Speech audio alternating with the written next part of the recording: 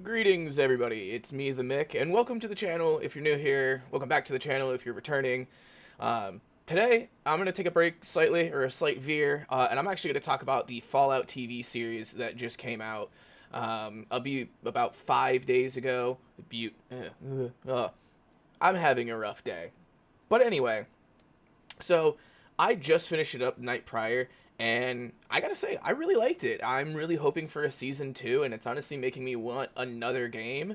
And it's super dope because I'm also going to be playing Fallout 76 tomorrow with the old man, so I'll get double of my Fallout fix. But regardless, here's just my opinion, and I'm going to save any spoilers for later into the video and warn everybody, hey, like, this is the spoiler center of the video. If you're completely unfamiliar with the Fallout franchise, basically, big nuclear war happened. It was World War III. Fallout universe takes place in an alternate future where instead of digital technology and the internet and things like that, it was nuclear age technology, and we kind of stagnated culturally. We kind of stayed in the same realm of the 50s. That's why everything still looks like it's from the 50s and the 60s. But our technology wasn't like internet, cell phones, and things like that, but it was nuclear radioactivity and fusion cores and things like that. But still have the same type of cars, still have vacuum tubes for everything. And that's pretty much the biggest difference that we had.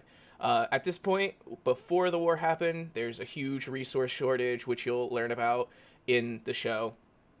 And that led to a bunch of conflict between the US and China again, as well as within the US, and huge shortages of food and everything like that. So you have companies like Vault-Tec and Nuka-Cola who are basically just working with the government to screw over people while still making money hand over fist.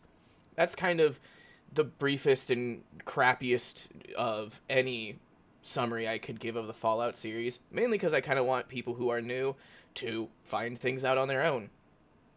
One of the things I liked, especially that I've seen a complaint about, is that it wasn't too serious. There was a bunch of funny moments within the show, but it didn't detract from the situation that people like Lucy or Maximus or the Ghoul found themselves in.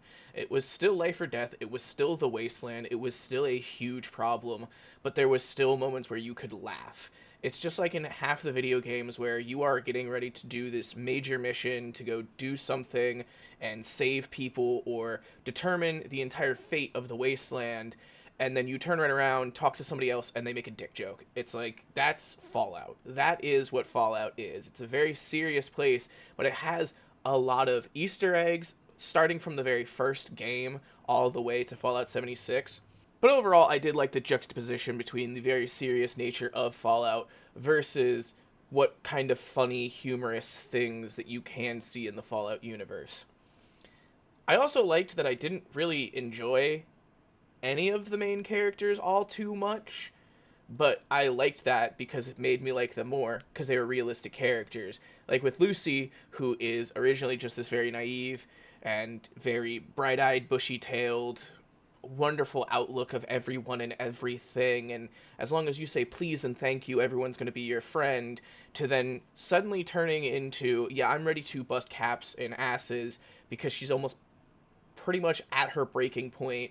And again, without spoilers, just kind of snaps at a certain point and is just like, this is the fucking wasteland and I either need to evolve or die, which I think is actually really good and did make me start to like her character more and more as the series progressed. Maximus, he's just kind of like a whiny baby. He hid behind the Brotherhood of Steel and he hid behind the armor, but again, I feel like he came into his own as this show progressed and you got to see more of his experiences and more of just how he was screwed over by all of the people who are around him and all of the things that he had to go through in order to get where he is and all of the things that he had to deal with from that. And then you have the Ghoul, which I really hated him and thought he was just an absolute dickhead in the very beginning of the show. Because granted, he kind of is, and I was actually looking forward to him the most. But now after finishing the series, I completely understand it. And at first I was just going to write it off as the fact that he's well over 200 years old, and that does stuff to the human psyche. And yeah, I was just going to be like, okay, yeah, he's been in the wasteland for over 200 years. Of course he's going to be kind of a dickhead.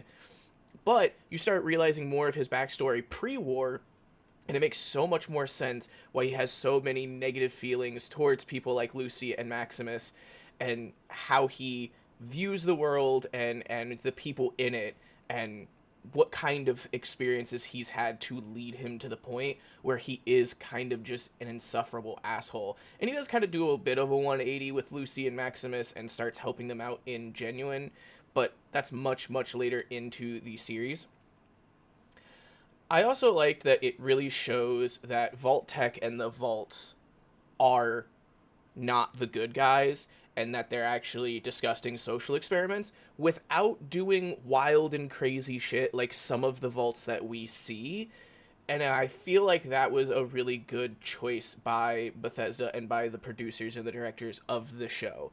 Because some of the vaults are absolutely horrendous and wouldn't have been able to keep people alive for as long as the people within Vault 33 were alive for.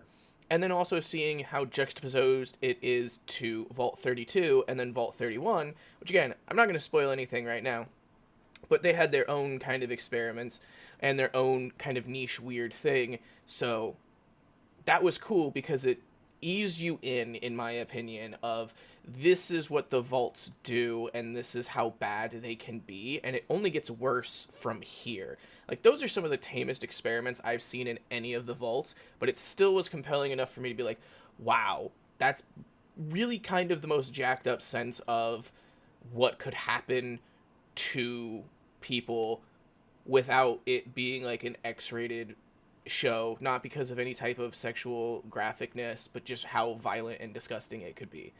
And yeah, it was a good introduction to what the vaults can do. I also like that it shows a lot more about pre-war Vault Tech and pre-war Robco. You also got some Easter eggs from the big MT in the show. Of course, it's towards the end, it's the very last episode, but I still loved all of those Easter eggs. And then the Easter egg at the very, very end of everybody's favorite game. I'm not going to say it. If you're unfamiliar with it, go watch the series now, but I have to put this in here.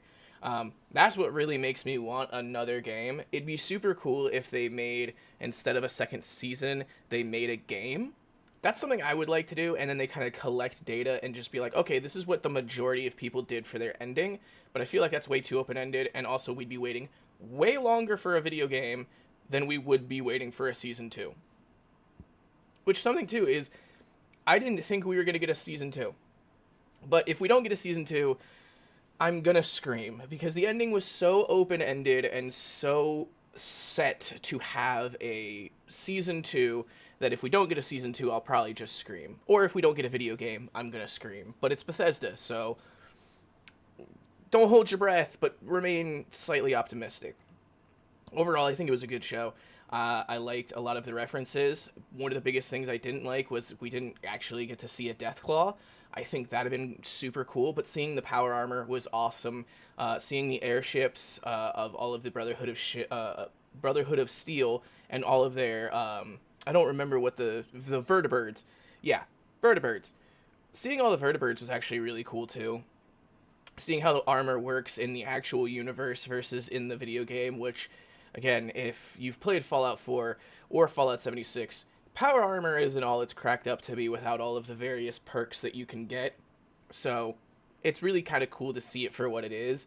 Like, really good armor that does have a lot of flaws and weaknesses that can be exploited if you don't know how to wear it, or if you're up against somebody who knows how to take out power armor.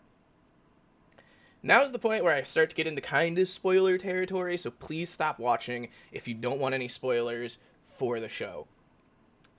I'll give you a few seconds.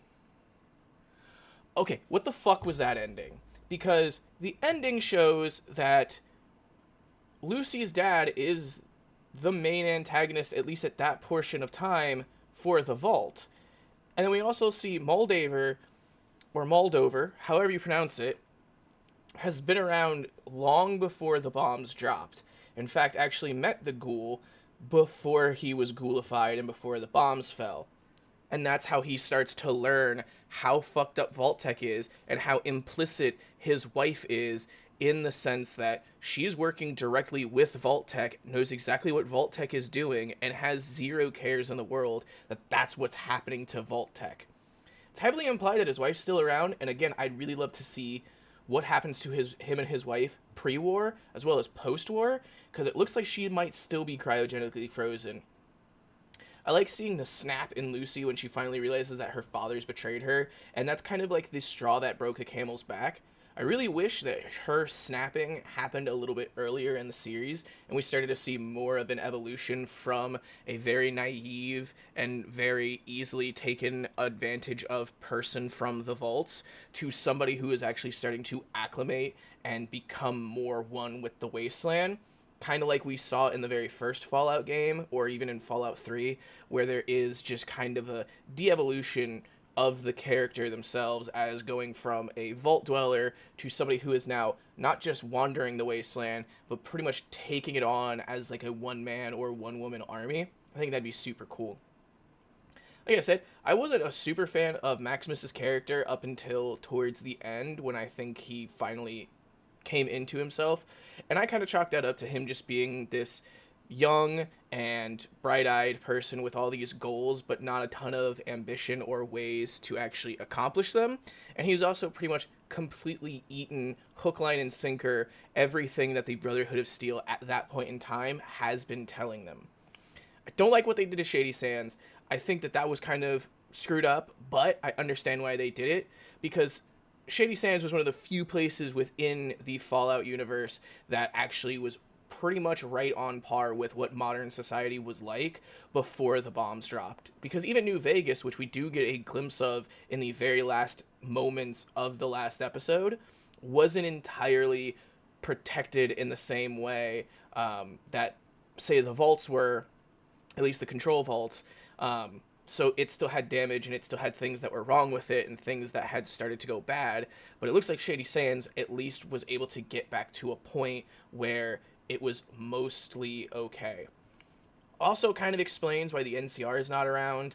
However, I still feel like there would be some remnants of the NCR, considering the fact that the NCR and Fallout New Vegas are actually in Nevada, not in California, which is where the majority of the TV show takes place. Overall, I think it was a good show. I think they did a really good job. I really can't wait for a season 2. I binged watched it over the course of 2 days, and I had a great time with it. So if you are brand new to Fallout, or if you're an old Fallout fan, I heavily suggest checking out this TV show. If you want more Fallout lore or Fallout content, please let me know down in the comment section below. Like I said, it is one of my favorite universes of all times and one of my favorite game franchises of all times. I've played every single Fallout game at least once to completion, and I always consider revisiting them and doing things slightly differently, especially Fallout New Vegas, or even Fallout 3 occasionally. So please just let me know if that's something you want to see, or any other type of Warhammer 40k content, or any other kind of gaming content you'd like to see. Thank you all so much for sticking around to this point of the video. I really appreciate it. Feel free to leave a comment. Go ahead and like it if you liked this video, and go ahead and consider subscribing if you want to see more of the content that I put out. And y'all have a great day, and I'll catch y'all